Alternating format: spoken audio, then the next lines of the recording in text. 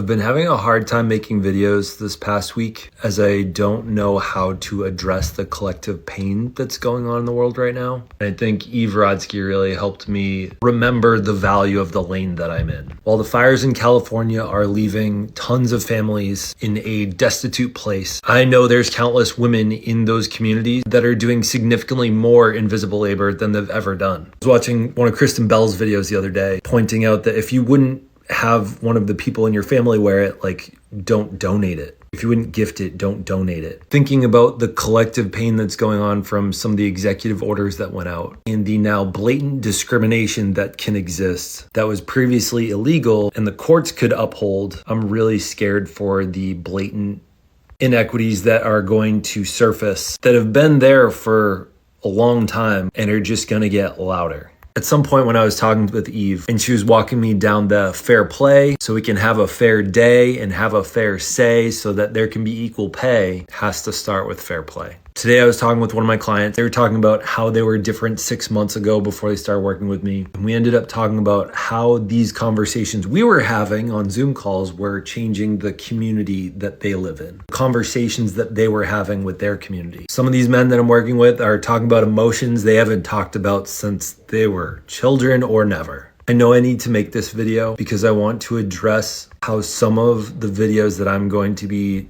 talking about things I think could very much be first world problems. I talk about some real granular, boring shit on some of these calls. Hey, let's talk a little bit about the minimum standard of care of trash in your house. So what I hear you saying is you don't like bringing out the trash too early because you don't want to waste a little extra bag. You don't want to add one more piece of plastic to the environment in a landfill. How could we have a happy medium so that she's not smelling the trash and you're feeling empowered in just being able to use trash bags? As first world as some of these problems may feel, what I have consistently seen is that all the people I'm working with are getting more empathetic.